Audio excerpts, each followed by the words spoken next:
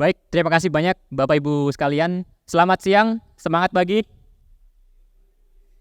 Jadi sesi penghujung ini kami akan menyampaikan sebuah lightning talks. Jadi Bapak Ibu sekalian, nampaknya disrupsi ataupun perubahan yang besar adalah satu keniscayaan dan bahkan dibutuhkan oleh manusia untuk dapat melakukan perubahan yang lebih baik untuk kedepannya. Jadi kita telah menyaksikan 3 kisah sukses dari PLN, Telkomsel, dan Kideko Jaya Agung, bagaimana kecerdasan lokasi dimanfaatkan dalam menghadapi tantangan dan disrupsinya masing-masing. Jadi selama lightning talks ini kami akan menyampaikan bagaimana organisasi Bapak Ibu sekalian bisa memanfaatkan lebih lanjut kecerdasan lokasi dalam menghadapi tantangan dan disrupsi pada industri masing-masing. Kita awali dengan pemahaman bahwasanya dunia kita adalah dunia yang sangat kompleks dan dinamis Bapak Ibu sekalian. Kita telah melihat bagaimana ketangguhan 3 organisasi tadi dalam menghadapi tantangan dan disrupsinya masing-masing. Bahwasanya pada saat waktu kita hadir suatu kemajuan, namun di sisi lain juga ada satu tantangan. Dan dalam beberapa hal, kemajuan dan tantangan ini saling berkaitan.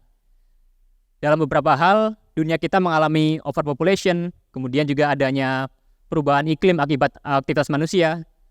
Dan apabila Bapak Ibu sekalian melihat indikatornya, hal tersebut tidaklah sustainable untuk masa depan.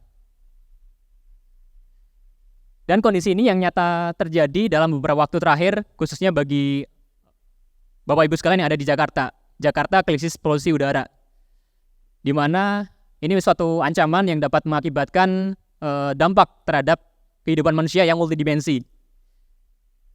Dari satu studi dari Vital Strategies dan Dinas Lingkungan Hidup Provinsi DKI Jakarta tahun 2023, polusi udara di Jakarta diestimasi dapat mengakibatkan kerugian ekonomi hingga 2,9 miliar US dollar atau sekitar 2,2% dari PDRB Provinsi DKI Jakarta.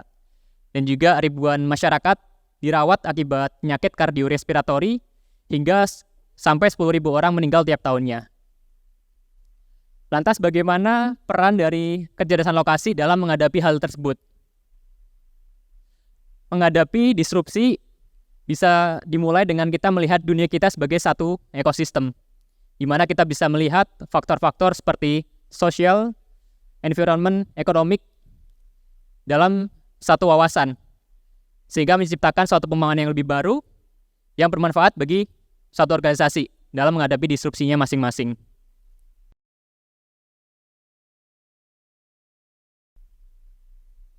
Kemudian juga bagaimana kita melihat inovasi dari kecerdasan lokasi yang ada. Dari 3 kisah sukses yang ada, kita telah melihat bagaimana inovasi-inovasi kecerdasan lokasi dimanfaatkan. Nah, di sini adalah kumpulan dari inovasi yang nantinya dapat Bapak Ibu sekalian orkestrasikan. Mulai dari dimulai pemetaan interaktif, itu paling tadi ya, iman paling dasar dari GIS adalah visualisasi gitu ya. Kemudian bagaimana kita bisa berkembang pemanfaatan 3D GIS, dan lebih lanjut lagi kita bisa memanfaatkan bagaimana integrasi analytics, baik itu imagery data kita, real-time data kita, sampai ke big data kita. Jadi ArcGIS adalah satu sistem yang menyediakan suatu orkestrasi inovasi kecerdasan lokasi yang dapat dimanfaatkan oleh Bapak Ibu sekalian.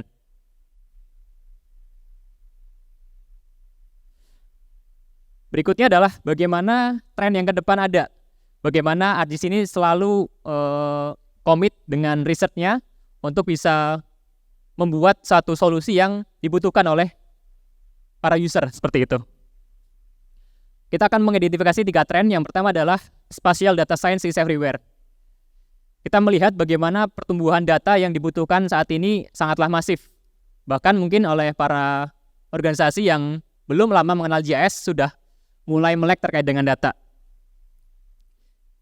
Kemudian bagaimana ArcGIS menyediakan satu comprehensive spatial analytic system untuk memungkinkan suatu organisasi memanfaatkan data sehingga dapat mendapatkan wawasan yang lebih baik untuk mencapai banyak hal. Contohnya seperti menciptakan peluang baru, kemudian bagaimana melakukan optimalisasi operasi, memitigasi risiko, sampai mendorong inovasi.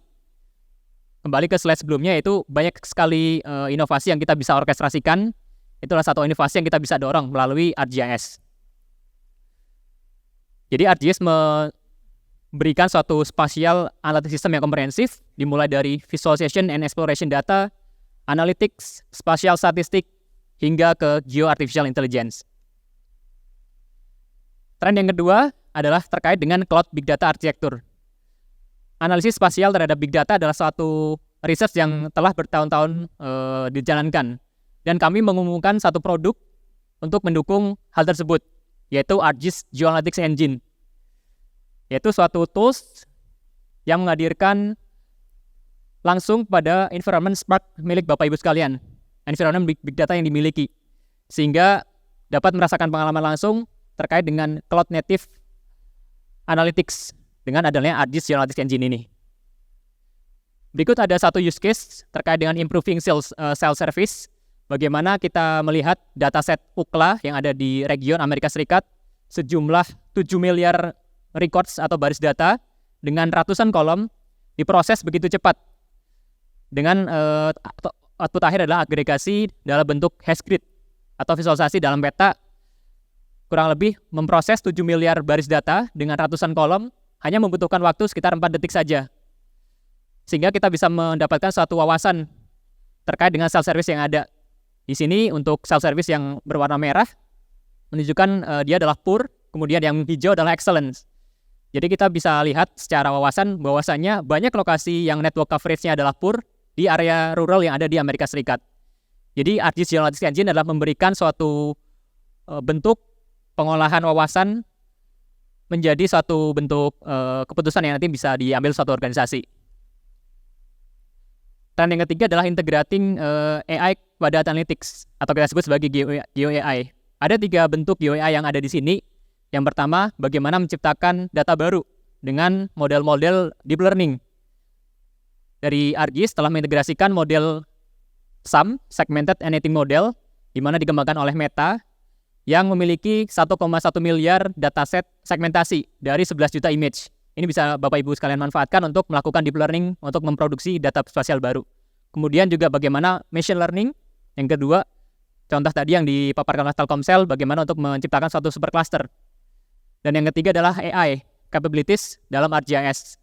Ada satu use case di sebelah kiri bawah, bagaimana pemanfaatan smart camera yang ada dalam ArcGIS Survey 123 untuk otomasi dan mendeteksi suatu fitur atau objek, sehingga optimalisasi bisa dicapai untuk mempercepat proses pengambilan data.